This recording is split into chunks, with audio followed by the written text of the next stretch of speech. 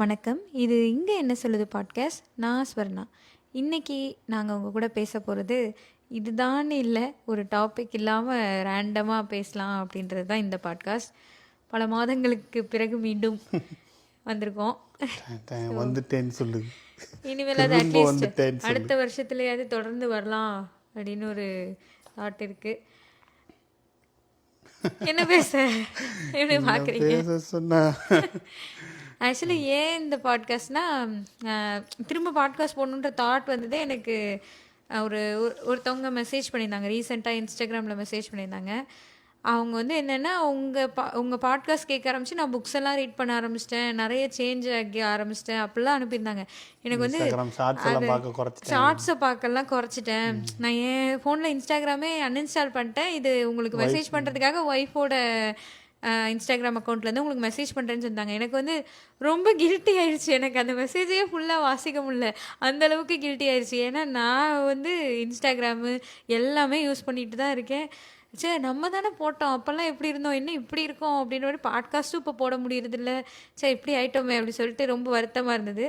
அதுக்கப்புறமா தான் இர்ரெசிஸ்டபிள், கடலுக்கு அப்பால்னு 2 புக்கை எடுத்து வச்சு படிக்க ட்ரை பண்ணிகிட்ருக்கேன். ரொம்ப நாள் ஆனதுனால திரும்ப புக்ஸ் படிக்க வரல. ஆக்சுவலாக கஷ்டமாக இருக்குது. ஆனாலும் சரி, நம்ம பாட்காஸ்ட் கேட்டிருக்காங்க, அதிலேருந்து பேசுகிறாங்க, ஸோ நம்ம தொடர்ந்து பண்ணணும், நம்மளும் வந்து புக்கு படிக்கணும்னு புக்கெல்லாம் படிக்க ஆரம்பிச்சிருக்கேன். லெட்ஸ் சி 2025 தொடர்ந்து பாட்காஸ்ட் போடுறதுக்கு கண்டிப்பாக முயற்சி பண்ணுறோம். Okay, super. அதுக்கிடையில் தமிழ் பூமியில் வந்து என்னது ஸ்பீக்கராக வந்து ஒரு இது பேசியிருந்தேன், அதையும் போடலான்னு பார்த்துருக்கோம். அதில் நீ ஃப்ரண்ட்டும் பேக்கும் பேசி கொடுத்தா போட்டுடலாம். என்ன டாபிக் பேசணும்? அது வந்து ஆஃபீஸ் ஒர்க்கு புதுசாக நம்ம ஜாயின் பண்ணப்போ எப்படி இருக்கும் அதெல்லாம் நான் போட்டிருந்தேன். ஆமாம், அதை பற்றி நம்ம பேசலாம் தான். அதையும் எடுத்துகிட்டு வந்து போட்டு விட்டுறலாம். ஆமாம், அதுவும் ஓகேவா இருக்கும். நல்லா இருந்துச்சு, மக்கள்லாம் யூஸ்ஃபுல்லாக இருந்துச்சு. ஆமாம், யூஸ்ஃபுல்லாக இருக்கும். அதையும் போட்டு விடணும். நிறைய மக்கள்லாம் கேட்டுட்டு இருந்தாங்கல்ல. ஸோ அதான் திருப்பி வந்து ஒரு பாட்காஸ்ட், சரி நம்ம படிச்சுட்டு ஆரம்பித்தா லேட் ஆகும்னாலும் ஒரு பாட்காஸ்ட் ஆரம்பிச்சிடலாம். நிறைய பேசணும்னு நம்ம நினச்சிட்டு தான் இருந்தோம். அந்த டாபிக் மெய்யழகன் படம் பார்த்தோம், அப்புறம் நெட்ஃப்ளிக்ஸ் டாக்குமெண்ட்ரி ஒன்று பார்த்தோம், அப்புறம் இன்னொரு படம் வேறு இருந்தோம் லக்கி பாஸ்கர். அந்த மாதிரி நிறைய நம்ம படம் பார்த்துட்டு அதை பற்றி பேசலாம் அப்படின்னு பிளான் பண்ணிட்டே இருந்தோம். மிஸ் ஆகிட்டே. மெய்யழகன் தான் ரொம்ப சின்சியராக பிளான் பண்ணிட்டு இருந்தேன் நான். ஆனால் அது அப்படியே தள்ளி தள்ளி நாவல் மாதிரி தானே இருந்துச்சு அந்த படம். அது ரொம்ப நல்லா இருந்தது அந்த படம்.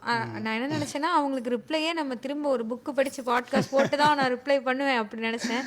புக்கெல்லாம் என்னால் படிக்க முடியல இப்போ. பாட்காஸ்ட் சரி, அதுக்கு பாட்காஸ்ட்லேயே சொல்லலாம், இவங்களுக்கு கண்டிப்பாக ஒரு பாட்காஸ்ட் போட்டுடலாம் அப்படி சொல்லிட்டு. புக்கு படிக்கணும்னா ரெகுலராக பாட்காஸ்ட் கேட்குறவங்க இருக்காங்க தான். ஸோ இப்போது லைக் இது ஒரு ஹேபிட்டாக போகும்போது காரில் வரப்போது அந்த மாதிரி கேட்குறவங்களும். ஆமாம், அவங்களே அந்த மியூசிக் பற்றி பேசினது தான் ஃபஸ்ட்டு கேட்டேன்னு சொல்லியிருந்தாங்க. அதனால் நம்ம ரெகுலராக கேட்குறவங்க இருக்கிற ஒரு அவங்களுக்காக சும்மா ஒரு பாட்காஸ்ட் மந்த்லி ஒன்ஸ் போகலாமே. அக்டோபரில் போட்டோம்னு நினைக்கிறேன் லாஸ்ட் பாட்காஸ்ட் மியூசிக் பற்றி. நவம்பர் டிசம்பர் ஓகே, ரொம்ப ஒன்றும் ஆகலை. பட் இருந்தாலும் உன்னோட கன்சிஸ்டன்சிக்கு என்னோட வீக்லி ஒன்ஸ் போடுறதுல இல்லை. ஆமாம், ஸோ இது டிசம்பர் ஆல்மோஸ்ட் எண்டாக இருக்குது, 16ஆம் தேதி இன்றைக்கி ரெக்கார்ட் பண்ணிட்டு இருக்கும்போது. ஸோ டிசம்பர் எண்டாக இருக்கலாம். இயர் எண்டை பற்றி பேசிடலாம். இந்த இயர் எப்படி, இந்த இயர் இந்த அடுத்த வருஷம் மேசராசி நேயர்களுக்கு என்னன்னு சொல்லுமா? சனி பயிற்சி, 7.5 சனி. சனி வருது. குருவை தூக்கி அங்கே போடு, சனியை தூக்கி உள்ளே போடு. எனக்கு 7.5 சனி முடியுது, அவனுக்கு 7.5 சனி ஆரம்பிக்குது. ஆமாம், அதை பற்றி பேச வேணாம், அது வேண்டாம் எனக்கு. ஏற்கனவே அதை பற்றி நிறைய வந்துட்டே இருக்கு. ஐயோ வேணாம், எனக்கு வேணாம். ஒரு தடவை பார்த்துட்டுன்னா வந்துட்டே இருக்கு, சுழலில் சிக்கிடுவோம்ல. அதனால் நானும் ஷார்ட்ஸில் நிறைய பார்த்துட்ருக்கேன். ஏன்னா நானும் ஷார்ட்ஸை குறைக்கலாம் அப்படின்னு பிளான் பண்ணியிருக்கேன். வாட்ஸ்அப்பில் வந்து நான் கொஞ்ச நாள் அன்இன்ஸ்டால் பண்ணல, வந்து உட்காந்துருந்தேன். இந்த இர்ரெசிஸ்டபிள் புக்கு மறுபடியும் இதே தான்.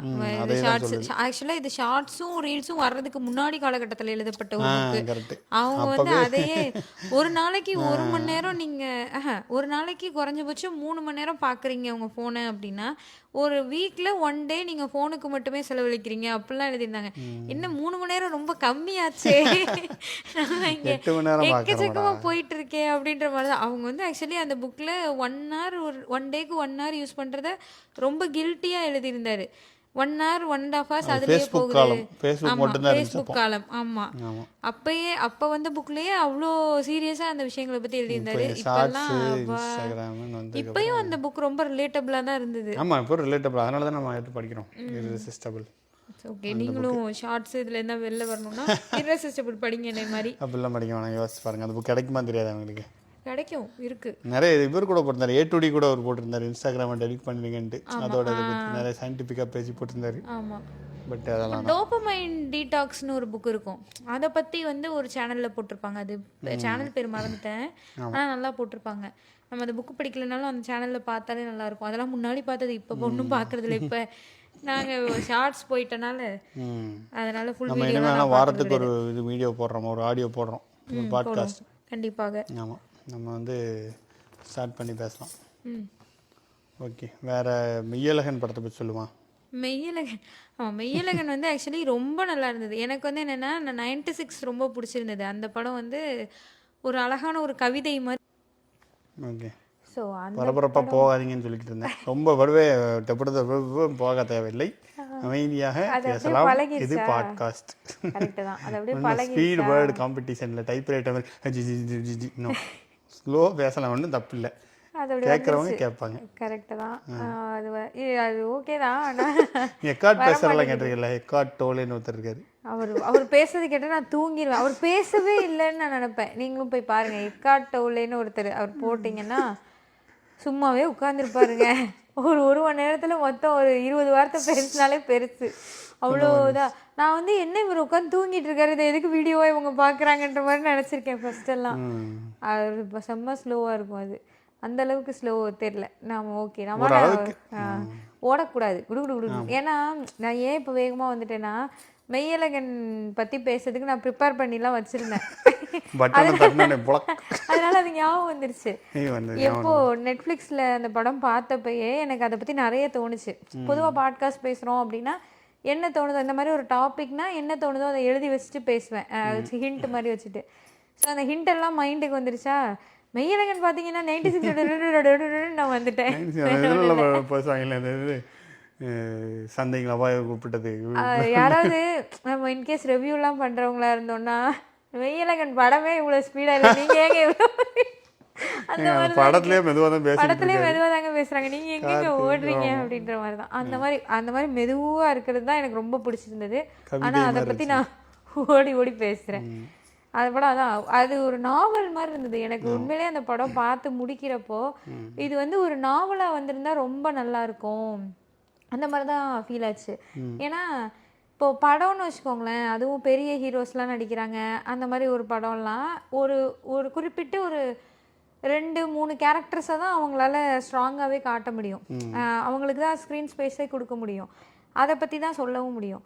மெய்யழகனில் வந்து சின்ன சின்ன விஷயங்கள் கூட அழகாக இருந்தது. அந்த ஒரு பொண்ணோட கல்யாணத்துக்கு போவார், அந்த பொண்ணு அந்த சின்ன வயசில் அந்த பொண்ணு வந்து அண்ணன் இருந்தது கல்யாணத்துக்கு, அந்த பொண்ணோட கேரக்டர். அப்புறம் ஒரு பூக்காரவங்க இருப்பாங்க, அவர் வந்து கோவிலுக்கு வரல ஒரு பூக்காரவங்க இருப்பாங்க, அவங்களோட கேரக்டரு.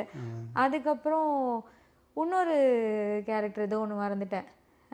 நிறைய அந்த ஒருத்தவங்க பேசுவாங்கல்ல, நான் உன்னையே கல்யாணம் பண்ணிருக்கேன், அந்த மாதிரி இதெல்லாம் வந்து நீங்கள் நாவல் படிக்கையில் தான் ஒரு சின்ன சின்ன விஷயங்களும், அதாவது அவங்க இப்போ அந்த ஒரே ஒரு சீனில் தான் வந்தாங்க, அந்த நானே கல்யாணம் பண்ணியிருக்கலாம் அப்படி சொல்லிட்டு அவங்க வந்து அந்த படத்துக்கு அந்த படத்தோட ஓட்டத்தோடு கலந்துருவாங்க, அவங்கள வச்சு கதையெல்லாம் போகாது.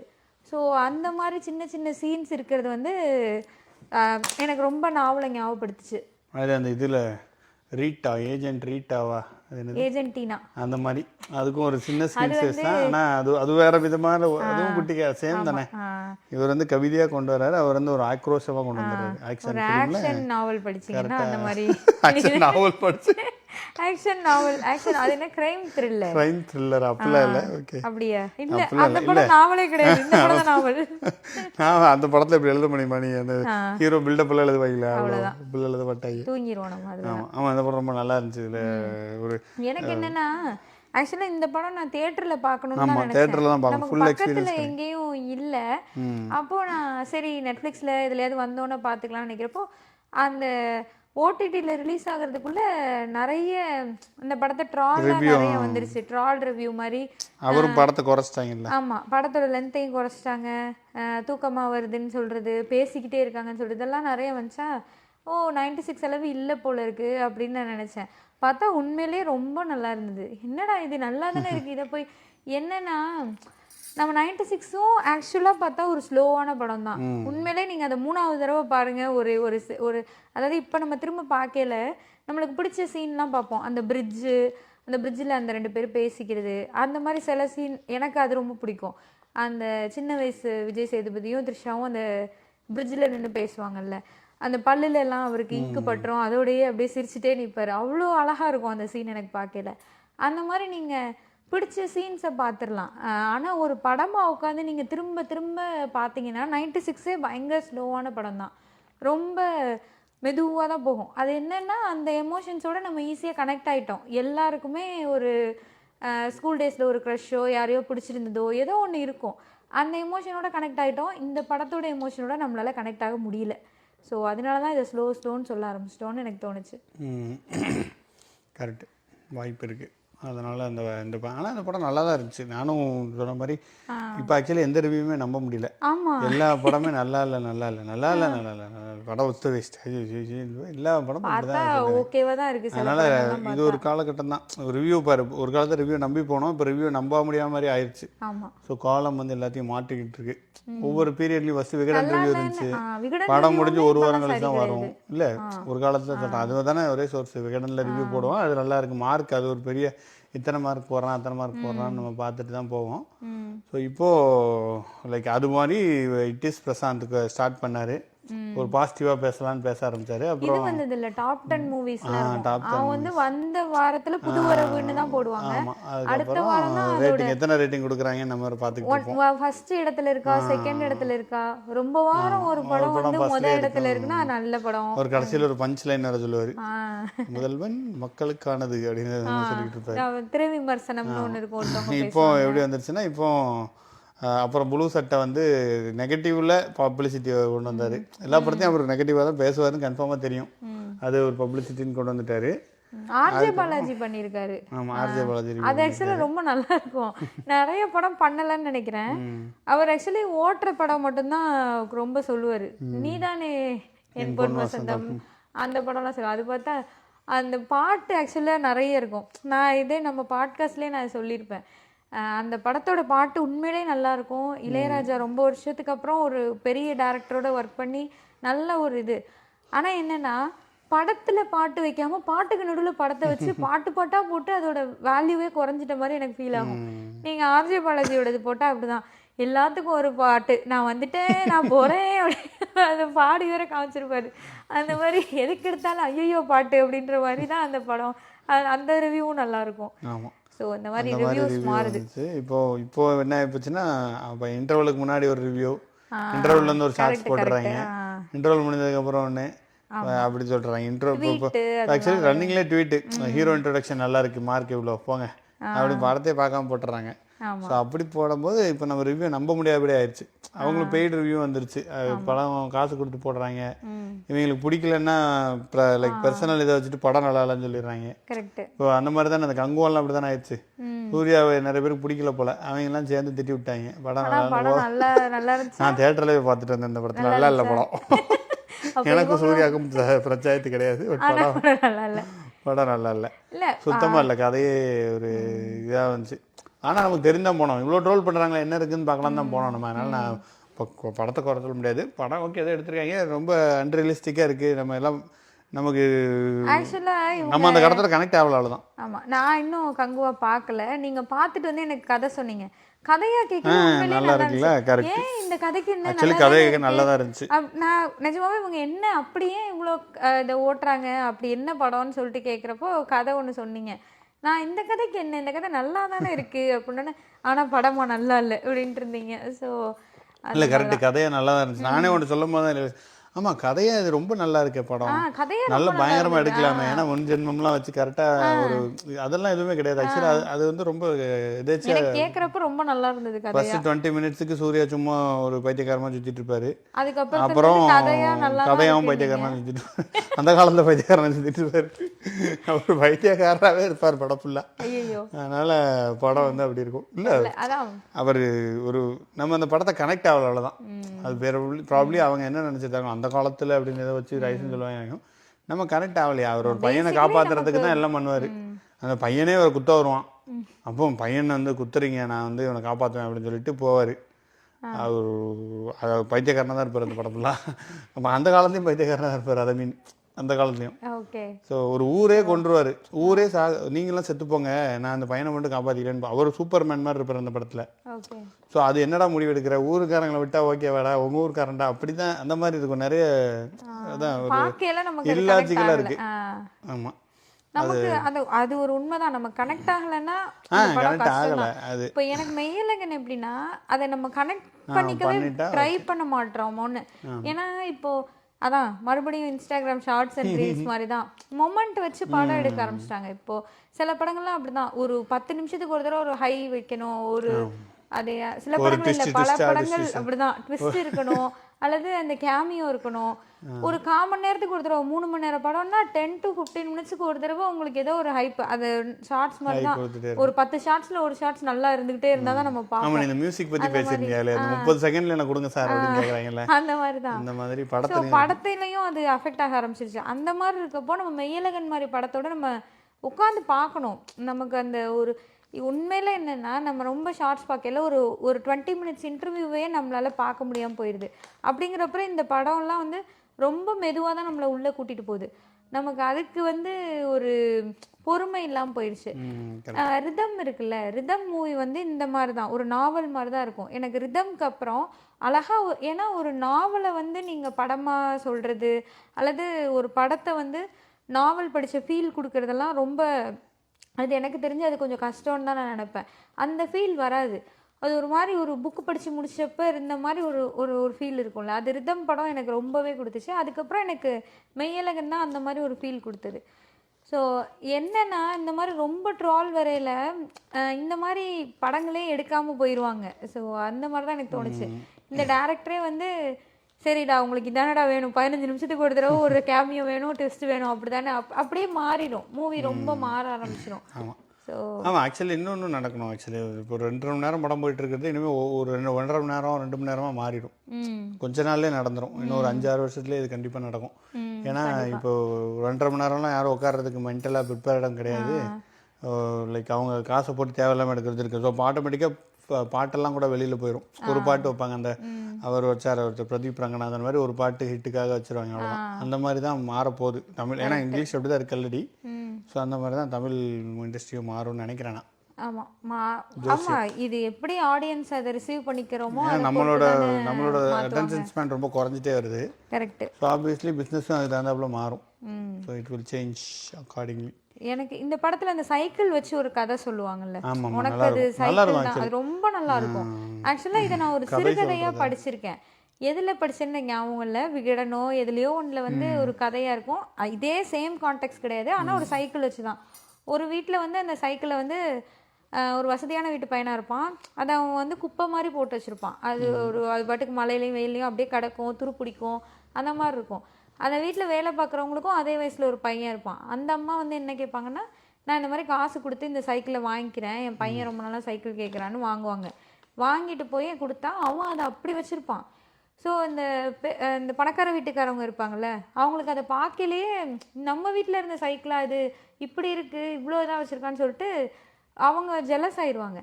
பொறாமையாயிட்டு திரும்ப கொடுத்துரு, நான் உனக்கு காசை கொடுத்துருவேன்றாங்க. அந்த மாதிரி ஒரு கதை போகும். ஸோ இப்படி ஒரு கதை. அது எனக்கு சடனாக அதுதான் ஞாபகம். இது அதே கான்டெக்ட் இல்லை, ஆனாலும் ஒருத்தவங்க வந்து இல்லை எனக்கு வேணான்னு சொன்ன சைக்கிள் ஒருத்தவங்க லைஃபையே எப்படி மாற்றிருக்குன்றதெல்லாம், அதெல்லாம் ரொம்ப அழகான கற்பனை. கரெக்ட். ஸோ அதெல்லாம் ரொம்ப அழகான. கார்த்தி நல்லா பேசியிருப்பார் அந்த கதை, அது அப்படியே சூப்பராக இருந்துச்சு அந்த சீனில். இது நம்மளே பேசியிருந்தோம்ல, லைக் இவர் அரவிந்த் சாமியும் ஜெயம் போகன் ஒரு படம், அந்த கூடு விட்டு கூடு போய் அது என்னன்னா தனி ஒருவன்ல வந்து ஒர்க் அவுட் ஆயிடுச்சு. ஏன்னா ரெண்டு பேரும் கான்சிக்வன்ஸ் ஆமா வேற மாதிரி. அது ஒரு படமாவே ஒரு அதோட கிரிப்பிங்கா இருக்கும். அடுத்தடுத்த சீன் போயிட்டே இருக்கும். பெருசா நடிக்க தேவையில்லை, அந்த மாதிரி இருக்கும். இதே போகன் வந்து அதே காம்பினேஷன். அங்கே நான் அந்த படம் தியேட்டர்ல பார்த்தேன். எனக்கு எப்படின்னா ஃபர்ஸ்ட் வரையும் எல்லாம் ஓகேவா தான் இருந்தது. ஜெயம் ரவி ஒரு போலீஸ் ஆஃபீஸரா இருப்பாரு, அவர் வந்து ஒரு இதா இருப்பாரு. கூடு விட்டு கூடு போயிருது வரும்ல, ஜெயம் ரவி வந்து அந்த அரவிந்த் சாமி ரோல் மாதிரி மோசமானவனா நடிக்கணும், அரவிந்த் சாமி வந்து ஜெயம் ரவி மாதிரி நல்லவனா நடிக்கணும். அரவிந்த் சாமி அசால்ட்டா பண்ணிட்டாரு. எனக்கு அப்படியே ஏய் நல்லா இருக்கு அரவிந்த் சாமி. ஜெயம் ரவி ரொம்ப கஷ்டப்படுற மாதிரி எனக்கு ஒரு ஃபீல். கஷ்டப்பட்டு நடிக்க தெரியல அவருக்கு. அவருக்கு வரல அவ்வளோ வில்லனிசமா அப்படிலாம் வரல. அந்த அது நல்லா ஒருத்தவங்க ரொம்ப நல்லா நடிக்கல, இன்னொருத்தவங்க வந்து ஜெயம் ரவி தனியா பார்த்தா ஒரு நல்ல ஆக்டர் தான். ஆனா அரவிந்த் சாமி ரொம்ப நல்லா நடிக்கல, இவர் கொஞ்சம் கம்மி மாதிரி நமக்கே இது கண் கூட தெரிய ஆரம்பிச்சிடும். ஆனா இந்த படத்துல அப்படிலாம் இல்ல, அரவிந்த் சாமியும் கார்த்தியும் ரொம்பவே நல்லா நடிச்சிருந்தாரு. ஆமா கார்த்தி நடிச்சு அதான் அந்த படம் இப்போ தேட்டரில் பார்க்கணும். இந்த படம் ஆக்சுவலி பார்த்தா நான் டிவியில் பார்த்தேன், கரெக்டாக அந்த சீன் வரும்போது பாஸ் பண்ணிட்டு ஏதோ சோறு பொங்க போயிட்டோன்னு அதை போயிட்டேன். அப்புறம் வந்து பார்த்தா அந்த கனெக்டிவிட்டி அந்த ஒரு ஃப்ளோவில் இல்லை. அதுக்காக தான் நம்ம வந்து லாங் டேர்ம் டீப் ஒர்க்கு எல்லாமே சொல்கிறது. இந்த பாட்காஸ்ட் எல்லாமே எதுக்கு இட்ஸ் சம்ஹவ் பெட்டர் மென்டல் ஹெல்த்துக்கு. ஏன்னா ஒரு லாங் டைமாக நம்ம உட்காந்துருக்கோம், நம்ம அட்டென்ஷன் ஒரே இடத்துல இருக்குது, டக்கு டக்குன்னு போகிறது இல்லைன்றதுனால தான் இந்த மீடியம் வந்து ஒரு நல்ல விஷயம். ஸோ அப்புறம் இன்னொன்று இருக்குல்ல, நான் பர்ஃபார்மன்ஸை பற்றி சொன்னதுனால நம்ம மாஸ்டர் படத்தில் நான் மாஸ்டர் படத்தை பார்த்துட்டு விஜயே இல்லைன்ட்டேன். ஆமா இவங்க அது வந்து ஆக்சுவலி கோவிட் டைம்ல வந்த படம். நம்ம அப்பதான் ஓடிடியில் உடனே விட்டாங்க. இந்தியா வேற அப்போ போயிருந்தோம்.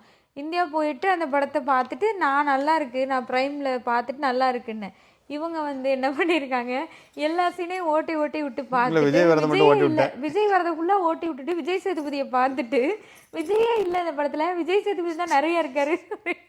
இல்லை ஆக்சுவலி நீ விஜய் சீனை ஓட்டி விட்டாலும் கதை பங்கமே இல்லை, கதைக்கு பிரச்சனையே இல்லை. விஜய் சேதுபதியை ஓட்டலைன்னா உனக்கு கதையே வந்து உங்களை திட்டுங்க. இல்லை இல்லை என்ன இருக்கு, விஜய் தான் அரசியல் கொண்டாரு. அவர் வந்து தலைவர், நான் ஓட்டு போட்டுறேன், நான் தேவா நான் ஒரு கட்சி பேர் சொல்லு பாப்போம். நீ உண்மையான விஜய் ஃபேனா இருந்தா? விஜய் ஃபேன் இல்ல, ஆனா கட்சி பேர் நாம் தமிழர வெற்றி கழகம், தமிழக வெற்றி கழகம். அதான் அந்த கட்சிக்கு ஓட்டு போட்டுருங்க.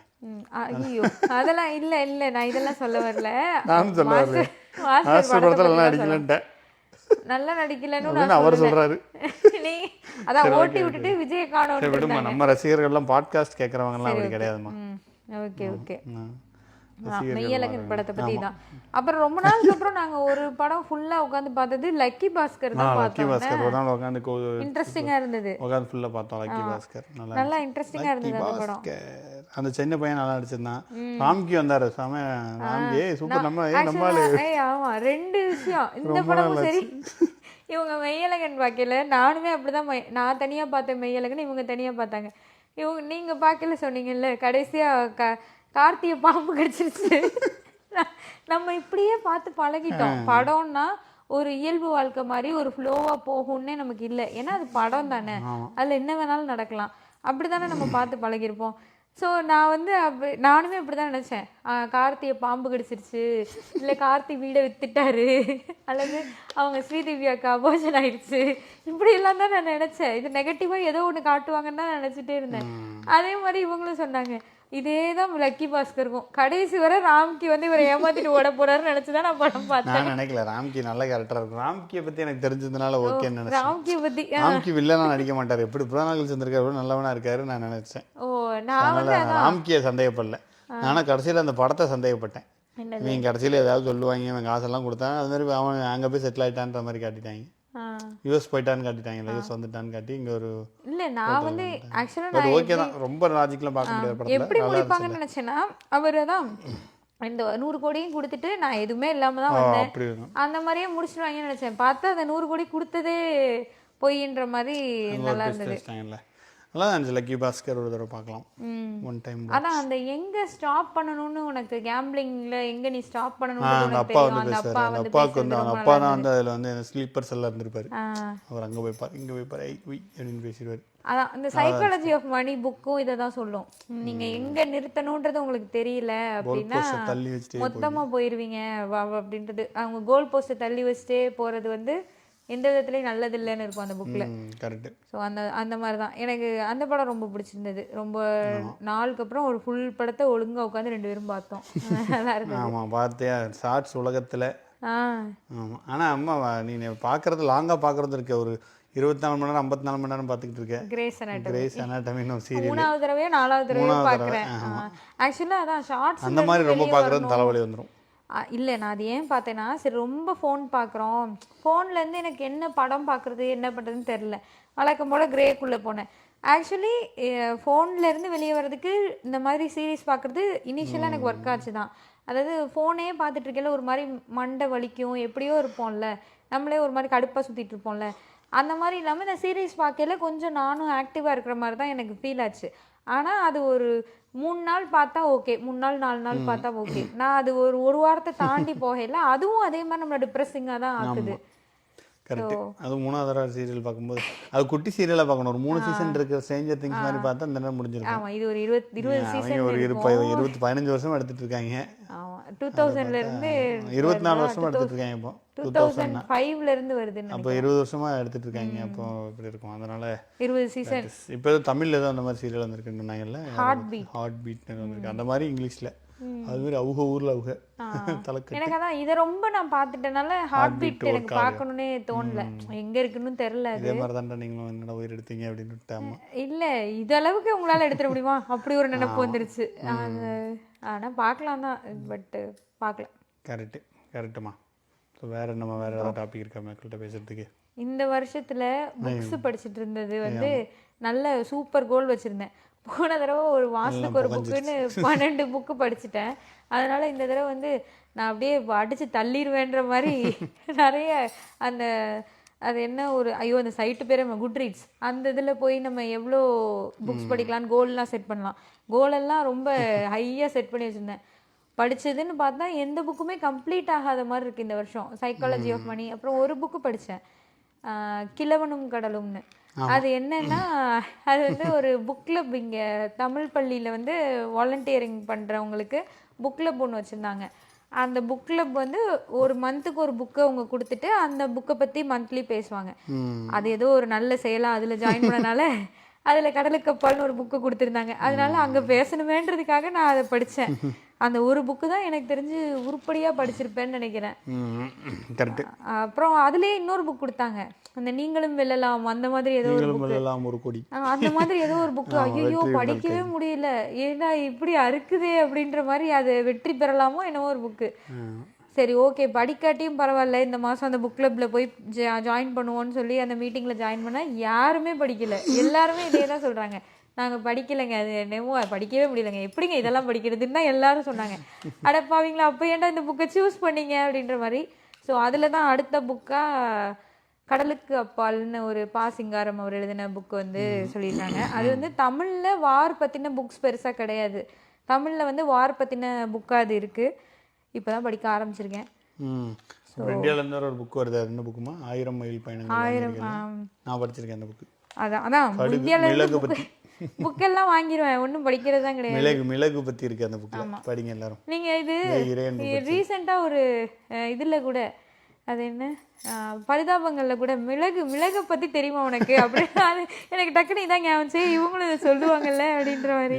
இல்லை அவர் இப்போ சொல்லியிருப்பார், இறையன்பு சொல்லி, நான் சொல்ல இறையன்பு சொல்லியிருக்கேன். அவர் தான் சொல்லுவார் அந்த புக்கில்.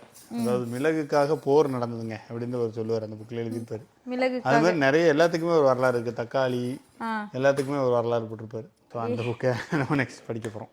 அடுத்து ஒவ்வொன்றுத்துக்கும் என்ன வரலாறோ எல்லாத்தையும் தேடி தேடி படிப்போம். இந்த மாதிரிலாம் படித்தா ஆக்சுவலாக இன்ட்ரெஸ்டிங்காக தான் இருக்கும். ஃபுட்டெல்லாம் எங்கேருந்து எப்படி வந்தது, அதுக்கு வந்து எஸ் ராமகிருஷ்ணனோட ஒரு புக் இருக்கும், அந்த மாதிரி இருக்கும். கரெக்ட். அவர் எஸ் ராமகிருஷ்ணன் புக்கு படிக்கிறது ஒரு நல்ல அனுபவத்தை கொடுக்கும், நினைவுகள் பொழுதுகள் இந்த மாதிரி. ஸோ அவர் ஒரு புக்கில் கூட சொல்லிட்டு ஒரு பேச்சில் சொன்னார், ஆக்சுவலி உலகத்தோட எல்லா உலகமே என் வாசலில் இருந்து கனெக்ட் ஆகுது அப்படின்ற மாதிரி ஒரு அர்த்தத்தை சொல்லியிருப்பார். ஜன்னல்ல இருந்து ஒரு புக்லையும் எங்கள் வீட்டு வாசலில் இருந்தால் உலகமே கனெக்ட் ஆகிருக்கு அப்படின்ற மாதிரி சொல்லியிருப்பார். நீங்கள் எங்கே போனாலும் இங்கே தானே. இது வந்து ஏதோ ஒரு புக்கில் வரும், தேசாந்திரியா அல்லது இன்னொரு புக் இருக்கும். தேசாந்திரிக்கு அப்புறம் ஒரு புக்கு படித்தேன், அந்த புக்கோட பேர் மறந்துட்டேன். நம்ம பாட்காஸ்ட்ல கூட அந்த புக் இருக்கும். அது வந்து என்னன்னா துணை எழுத்து. அதுல வந்து ஒரு சின்ன வயசுல அந்த ஜன்னல்ல இருந்து அவர் வீட்டை பார்த்து அந்த மரமும் அந்த ஊரும் அதை தான் அவர் பார்க்க ஆரம்பிச்சிருப்பாரு. அவர் வெளி உலகத்தை பார்க்க அதுலதான் எழுதியிருப்பாரு. அந்த மாதிரி அந்த உலகமே அந்த வீட்டு வாசல்ல இருந்து தான் ஆரம்பிக்குது அப்படிங்கறத எழுதியிருப்பாரு. ஒரு ஏஜ்ல டீனேஜ்ல வந்து வீட்டை விட்டு போயிடுவாரு. வீட்டை விட்டு போய் ஒரு 3 நாள் கழிச்சு காசு இல்லாமல் எதுவும் இல்லாமல் திரும்ப வந்திருப்பாரு. அந்த மாதிரிலாம் எக்ஸ்பீரியன்ஸ் பண்ணியிருக்காரு. அவர் வீட்டை விட்டு போயிட்டாரு, உலகத்தை பார்க்குறேன்னு தான் போயிருக்காரு. ஆனால் அவர் ரொம்ப சின்ன வயசுலேயே போயிருக்காரு. அந்த 2-3 நாளைக்கு அப்புறம் சர்வை பண்ண முடியல, என்ன பசி எல்லாம் வந்தோடனே அவருக்கு என்ன பண்ணணுன்னே தெரில, அது சின்ன வயசில். அப்புறம் அவருடைய ஊருக்காரவங்க யாராவது தெரிஞ்சவங்க பஸ் ஸ்டாண்டில் போய் நின்றுட்டாரு, வேற ஊருக்கு போயிட்டாரு. அவங்க ஊர் பஸ்ஸு வந்து நிற்கிற இடத்துக்கு போய் பஸ் ஸ்டாண்டில் நின்றுட்டாரு. யாராவது வந்தால் இந்த பையன் தானே நீன்னு கேட்டு நம்மளை கூப்பிட்டு போயிடுவாங்கன்றதில்ல. அதே மாதிரி தான் நடந்திருக்காரு, அதே மாதிரி நடந்திருக்கு. ஸோ அது நல்லாயிருக்கும். துணை எழுத்து ரொம்ப நல்லாயிருக்கும். தேசாந்திரியாவது கொஞ்சம் பெரிய புக்கு, நம்ம அதுவும் படிக்கலாம், அதுவும் சூப்பராக இருக்கும். ஆனால் துணை எழுத்து வந்து ரொம்ப சின்னதாக தான் இருக்கும், அதுவும் ரொம்ப நல்லாயிருக்கும். Okay, correct. அந்த புக்கு எல்லாமே நல்லா இருக்கிற ஒரு புக்காக இருக்குது. ஸோ அந்த புக்கெல்லாம் சேர்ந்து படித்து பார்ப்போம். புக்கு படிக்க ஆரம்பிக்கிறோம். 2025 என்னம்மா கோல்ஸ்? அடுத்த பாட்காஸ்ட்டில் பேசலாம். அது இன்னும் 2 வாரம் இருக்குது. ஸோ திங்க் அவ்வளோ தூரம் ஒன்றும் இல்லை, இப்போதைக்கு இல்லை, வரும் வைப்போம், கோல்ஸ் வைக்கிறோம், செட் பண்ணுறோம். அதான் ஆக்சுவலாக ஒரு வருஷம் கொஞ்சம் நம்ம நிறைய ப்ரொடக்டிவாக ஏதோ பண்ணியிருக்கோன்னு நமக்கே ஃபீல் ஆகுதுன்னு வச்சுக்கோங்களேன். அடுத்த வருஷத்தில் வந்து இன்னொரு 4-5 தூக்கி போட்டு நான் சூப்பர் ப்ரொடக்டிவாக இருப்பேன் அப்படி நான் அப்படி தான் நான் சொல்கிறேன். அப்படி வந்துட்டு ஒன்றுமே பண்ண போயிடுவேன். நான் லாஸ்ட் இயர் வந்து கன்சிஸ்டண்ட்டாக பாட்காஸ்ட் போட்டிருந்தேன், அதுக்கப்புறம் நிறைய புக்ஸ் படிச்சிருந்தேன், இந்த மாதிரி நிறைய இருந்ததா. நல்லா பண்ணுறோமே அப்படி சொல்லிட்டு அந்த கோல் செட்டிங்கே கொஞ்சம் பெருசாக வச்சுட்டேன். அதை பண்ணணும், இதை பண்ணணும். ஒரு ரொம்ப நல்ல விஷயம் நான் இந்த வருஷத்தில் பண்ணது, கார் ஓட்டிட்டேன். நான் கார் ஓட்ட கற்றுக்கிட்டேன். பாஷா, அது பாஷா. ஸோ கார் நான் எந்த வெஹிக்கிளுமே ஓட்டினதில்லை, ஒரு சைக்கிள் கூட உருப்படியாக ஓட்டினது கிடையாதுண்ணா. ஸோ ஒன்றுமே ஓட்ட தெரியாமல் அப்படி இருந்து இவங்க வந்ததுலேருந்தே, யூஎஸ் வந்ததுலேருந்தே என்னை நிறைய பேர் சொல்லிட்டாங்க கார் ஓட்ட கற்றுக்கோங்கன்னு. ரொம்ப அதுக்கு பயந்து நான் சைக்கிள் கூட ஓட்டினது இல்லைங்க, நான் எப்படிங்க காரு அப்படின்ற ஒரு தாட்லேயே இருந்தனால கற்றுக்கல. அப்புறம் இந்த வருஷத்தோட ஃபெப்பில் தான் வந்து கார் ஓட்ட கற்றுக்கிட்டது. கார் ஓட்டியே ஆகணும் அப்படி சொல்லிட்டு இவங்க தான் என்னை குடும்பப்படுத்தி சேர்த்து விட்டுட்டாங்க. அப்புறம் அது புகழ்ந்து பாட்காஸ்ட்லாம் போடுவா, என் கணவரால் உயர்ந்தேன், கணவரால் வாழ்ந்தேன். அது நடந்து ஒரு 2 வருஷம் ஆச்சுங்க. இப்போ அப்படி ஒன்றும் இல்லைக்கா. இப்போ வந்து என்னோட ஒரே குறிக்கோள் கோல் வந்து என்னன்னு சொல்லுவோம், கரெக்டாக சொல்லுவீங்க? என்னது? என்னோட நோ எஸ் அஃப்கோர்ஸ், சும்மா இருக்கிறது கிடையாது, நான் ரியாக்டிவிட்டி. இவங்க சொல்றது நமக்கு கண்டிப்பா புரியாது. உனக்கு புரியலன்னு சொல்லுமா, மக்களுக்கு புரியுமா? யாருக்காவது புரிஞ்சா எனக்கு சொல்லுங்க, இதுல ஏதாவது புரியுதா? இப்படிதான் என்னோட கோல் வந்து சிம்பிள் ஸ்பிரிச்சுவல் கோல் தான் எனக்குலாம். இனிமே வந்து இந்த மெட்டீரியலிஸ்டிக் திங்ஸை நோக்கி அது இருக்கலாம், இட்ஸ் குட். பட் வாழ்க்கையின் என்னது வாழ்க்கை இல்லை, நான் வந்து ஸ்பிரிச்சுவலை நோக்கி போயிட்டு இருக்கேன். எது நான் ரியாக்டிவிட்டியாக இருக்கணும் அப்படின்னு நான் நினைக்கிறேன். ஓகே, இருந்துக்கோங்க. அதான் என்னோட இம்ப்ரூவ்மெண்ட்டை நான் வந்து அதுதான் என்னோட ஒரே குறிக்கோள். என்ன நடந்தாலும் நம்ம வந்து ஆங்கர் மாதிரி இருக்கணும். கலக்குறீங்களே, சிச்சுவேஷன் தானாக மாறும்ன்றதான் என்னோட வேலையாக இருக்குது. இவங்களும் முன்னாடி இப்படிதான் ஃப்ளைட் ஓட்டணும்னு ஒரு வருஷம் ஃப்ளைட் ஓட்டினீங்கல்ல, இப்படிதான் இருப்பாங்க, திடீர்னு இப்படி மாறிடுவாங்க. ஃப்ளைட் ஓட்டிட்டு ரிலேட்டிவ்ஸ்லாம் சொன்னாங்கல்ல, ஆர்வம் நீ வந்து இந்த மாதிரி இங்கேருந்து போய் அங்கே போய் ஃப்ளைட் ஓட்டிட்ட எனக்கு ரொம்ப பெருமையாக இருக்குன்னு யாரோ சொன்னாங்க. அதுக்கப்புறம் இந்த இர்ஃபானோட வீடியோவில் கூட வந்திருக்கோம், அது மாதிரி ஃப்ளைட் ஓட்டினது தான். அவள் அதுக்கு முன்னாடியே ஓட்டியாச்சானா? அவருக்கு முன்னாடியே ஓட்டியாச்சா? பெருமை வேற இல்லை, ஐயோ பெருமைக்கு சொல்லல, அதேதான் அதே கரெக்ட். ஆமா, அது படிச்சுட்டு நான் ஃப்ளைட் ஓட்டலாம் அப்படின்னு நினைச்சேன். ஆமா, அதுக்கப்புறம் ஆக்சுவலா ஃபர்ஸ்ட் வந்து ஒரு இனிஷியலா கொஞ்சம் மணி பே பண்ணி நம்ம $200 அந்த இனிஷியல் கிளாஸஸ் மட்டும் எடுத்துக்கலாம். அதுக்கப்புறம் அது என்ன ட்ரையல் டெமோ கிளாஸ் எடுத்துக்கலாம். அதுக்கப்புறம் கண்டினியூஸா போகணும்னா அதுக்கு தனியா நிறைய காசு அப்ரூவல்லாம் வாங்கணும் கவர்மெண்ட்ல. ஏன்னா நீ H1Bல இருக்க, நீ பாட்ட ஃப்ளைட் எடுத்து ஓட்டி படிச்சுக்கிட்டு எங்கேயாவது அடிச்சுட்ட டெரரிஸ்ட் அட்டாக் அதை பண்ணிட்டுன்றதுனால they will not allow, you have to get permission. அதுக்கெல்லாம் நான் போகல, அப்புறம் வேணான்ட்டு விட்டேன். போகலான்னு பார்த்துட்டு இருந்தீங்க? பார்த்தேன். அப்புறம் ஏதாவது ஒரு ஹாபியை வளர்க்கலாமே அப்படின்னு பார்த்தேன், அப்புறம் விட்டேன். அதுக்குள்ள எக்கார்ட் டோலே தாய்ச்சி என்ன விட மாட்டேன்ட்டீங்க நீங்க கிளாஸுக்கு. தாய்ச்சி போனாங்க, அதுவும் அந்த கிளாஸ் கராத்தே மாதிரி, சைனா கராத்தே. அதுவும் டெமோ கிளாஸோட வந்தாச்சு. நல்லா தான் இருந்துச்சு. நான் வந்து பாட்டு கிளாஸ் போறேன், டெமோ கிளாஸோட எல்லா கிளாஸ்லயும் ஓடி வந்துகிட்டு இருக்கேன். ஆன்லைன் பாட்டு கிளாஸ் போலான்ட்டு நான் இப்போ எக்கார்ட் டோலேயோட கிளாஸ்ல இருக்கேம்மா. ஸ்கூல் ஆஃப் அவேக்கனிங்ல இருக்கேன். Okay, school of awakening. அவரை பார்த்தாலே தூக்கமா வருது. எப்படிதான் அது கிளாஸ் எல்லாம் போறீங்க தெரியல, அவர் வந்து தூங்கிடுவேன். அவரை வச்சு நான் அவரை ஃபாலோ பண்ணி வாழ்க்கையில வந்து இதாக போறேன். என்ன போறேன், ஏதோ போறேன், இதுவாகுறாங்க. ஓகே, என்லைட்டன்மென்ட் நோக்கி போயிட்டு இருக்கேன். சரி, போவோம். ஒளியை நோக்கி போறேன். ஒளி. ஸோ அதனால் அந்த டாபிக் போயிட்டேன். முன்னாடி ஆமாம், ஆக்சுவலி முன்னாடிலாம் பார்த்தீங்கன்னா நான் அந்த டாப்பிக்லாம் பேசவே மாட்டேன். இப்போ வந்து பேசுகிற அளவுக்கு வந்திருக்கேன்னா இதுவே ஒரு ப்ராக்ரஸ் தானே. ஆமாம். இது வந்து தமிழ் பூமியில் பேச மாட்டாங்க, இங்கே வந்து தான் பேசுவாங்க. அப்படிலாம் இல்லை, இங்கே நார்மலாக பேசுகிறேன். தமிழ் பூமியில் நான் கொஞ்சம் நல்லா பேசுவேன். ஓகே, அது டெக்னிக்கல் சேனலில். அது சரி. அதனால் ஓகே, இதான் என்னோட நியூ இயர் கோல். நியூ இயர் கோல் எனக்கு நியூ இயர் கோல்லாம் பெருசாக ஒன்றும் இல்லை. அதான் ஒரு வருஷம் ஏதோ பண்ணிட்டோன்றதுக்காக ஓவராக பண்ணோம்னு சொல்லி நிறைய எழுதி வச்சுக்கிட்டு ஒன்றுமே பண்ணுறது இல்லை. இல்லை ஓகே, அந்த இது மாதிரி தான். அது என்ன, ஐயோ இல்லைம்மா, என்ன கேட்டால் நீ இந்த கூட வச்சுக்கலாம், வாரம் ஒரு பாட்காஸ்ட், அவ்வளோதான். இதுவே இட் வில் ஸ்ட்ரைட்டன் அப் த வாழ்க்கை. அதுவே எல்லாத்தையும் கொண்டு வந்துடும். வச்சுக்கணும் நம்ம அந்த கேஸானா அது மாதிரி தான் small small small small step தான் வைக்கணும். ஆக்சுவலி அது ஒரு பீக்கில், நீ பாட்காஸ்டோட பீக்கில் இருக்கும்போது எவ்வளோ ஸ்ட்ரக்சர்டாக இருந்தது உன் லைஃபு. வாரத்துக்கு ஒரு பாட்காஸ்ட்னா அதை நோக்கி உன் லைஃப் ஃபுல்லாக ஆர்கனைஸ் பண்ணுவேன். ஒரு ஸ்ட்ரைட்டாக இருந்துச்சு, ஆட்டோமேட்டிக்காக ஷார்ட்ஸ் எல்லாமே குறைஞ்சி போச்சு. தெர் இஸ் நோ நீட் அதை ட்ரை பண்ண வேணாம். அதனால எது பண்ணணுமோ அதை கொண்டு போகணுமே. ஸோ அதான் பேசிக்காக என்னென்னா, நம்ம ஒரு கோல்னு வச்சுக்கிட்டா அது ரொம்ப பெருசாக இருக்கவே கூடாதுன்றது தான் என்னோட இதாக இருக்குது. நம்ம ஒரு சின்ன விஷயம், ரொம்ப சின்ன விஷயம் பண்ணால் கூட அதை உருப்படியாக பண்ண போதும். அந்த கைசான் புக்கு தான், அது கூட ஒரு ஃபாலோவர் ஒருத்தவங்க சொல்லி தான் நம்ம படித்தேன். அது வந்து நீங்கள் டிவி ஒரு நாளைக்கு 30 நிமிஷம் பார்க்குறீங்கன்னா அந்த 30 நிமிஷத்தில் 1 நிமிஷம் மட்டும் நடந்துக்கிட்டே பாருங்கள், இதுதான் நீங்கள் பண்ண வேண்டியதுன்னு தான் சொல்லுவாங்க. ஒருத்தவங்களோட ஓவர் வெயிட்டாக இருப்பாங்க, அவங்களோட ஷெட்யூல் கேட்டுட்டு 30 மினிட்ஸ் டெய்லி டிவி பார்க்க ஸ்பெண்ட் பண்ணுறீங்க அப்படின்னா அதில் 1 மினிட் மட்டும் நடந்துக்கிட்டே டிவி பாருங்கள். 1 நிமிஷம் நடந்தால் என்ன ஆக போகுதுன்றது ஒரு கேள்வி இருக்குல்ல. அப்படி இல்லை, ரொம்ப ரொம்ப ரொம்ப சின்ன விஷயத்த நம்ம டிசிப்ளின்டாக ஒழுங்காக நான் என்ன ஆனாலும் நான் இதை விட மாட்டேன்னு பண்ண ஆரம்பிக்கல தான் அதை சுற்றி நமக்கு எல்லாமே மாறும்.